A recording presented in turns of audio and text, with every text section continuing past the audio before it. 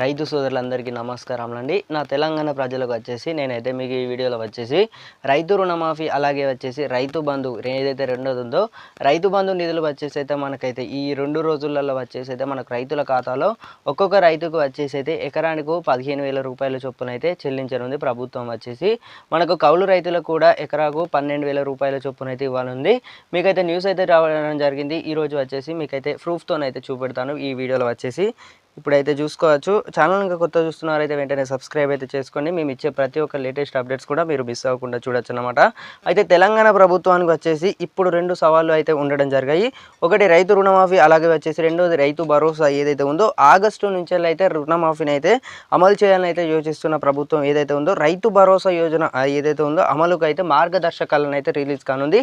మనకు జూలై నెలలో వచ్చేసి అయితే మార్గదర్శకాలు అయితే రూపొందించే పని ఏదైతే ఉందో బిజీగానైతే నిమగ్నమైనది.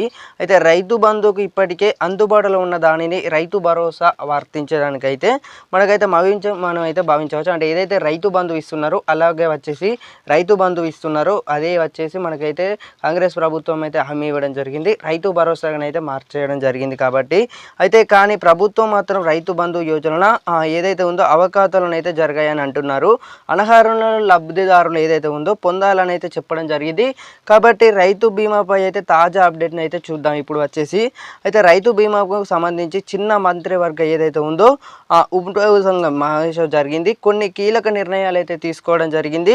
రైతు భరోసా మార్గదర్శకాలు వచ్చేసి భాగంగా 5 ఎకరాలు లోపు ఉన్న భూమి ఉన్న రైతులకు మాత్రమే ఈ పథకం ఏదైతే ఉందో అమలు చేయాలని అయితే ప్రభుత్వం అయితే నిర్ణయించింది. రాష్ట్రంలో 92% పైగా రైతులకు వచ్చేసి అయితే 5 ఎకరాల లోపు ఏదైతే ఉందో భూమి ఉంది కాబట్టి 5 ఎకరాల లోపు ఉన్న రైతులకు ఈ పథకం వర్తింప చేయబట్టింది. కాబట్టి పథకం వర్తించిందని ఎవరైతే రైతుల సంఖ్య కేవలం 7% మాత్రమే కావడం పెట్టే కష్టం ఏదైతే ఉందో కాదని తెలిసింది. కానీ ఇది తుది నిర్ణయం కాదు. 16న వచ్చేసి అయితే మరో అవకాశం అయితే సమావేశం అయితే జరగనుంది. మనకు తుది నిర్ణయం తీసుకునే అవకాశం ఉంది. మరి ఏం జరిగిందో చూద్దాం. అయితే నిన్న జరిగిన సమావేశంలో వచ్చేసి అయితే 4 మంత్రులు అయితే పాల్గొన్నారు. ఉప ముఖ్యమంత్రి మనకి ఏదైతే బట్టి విక్రమార్క అందరూ తెలిసిన అయితే నేతృత్వంలో వచ్చేసి అయితే సచివాలయంలో వచ్చేసి అయితే సమావేశం జరిగింది. సాగుకు యోగమైన మనకు భూములకు మాత్రమే అయితే రైతు భరోసా ఇవ్వాలని అయితే ఈ సమావేశంలో ఏదైతే ఉందో నిర్ణయించినట్లు తెలిసింది. అలాగే ఏ భూములు సాగు చేశారనే వివరాలను పరిశీలించి మనకు అందరికీ తెలిసిన విషయం ఎవరైతే గుట్టలు సాగులు ఎవరైతే చేస్తున్నారో వాళ్ళకైతే రైతు భరోసా కట్ చేయడం జరిగింది. అలాగే వచ్చేసి ప్రభుత్వ ఉద్యోగులకు వచ్చేసి కూడా మంత్రివర్గ ఉపసంఘం రైతుల సమస్యలపై కూడా చర్చించింది.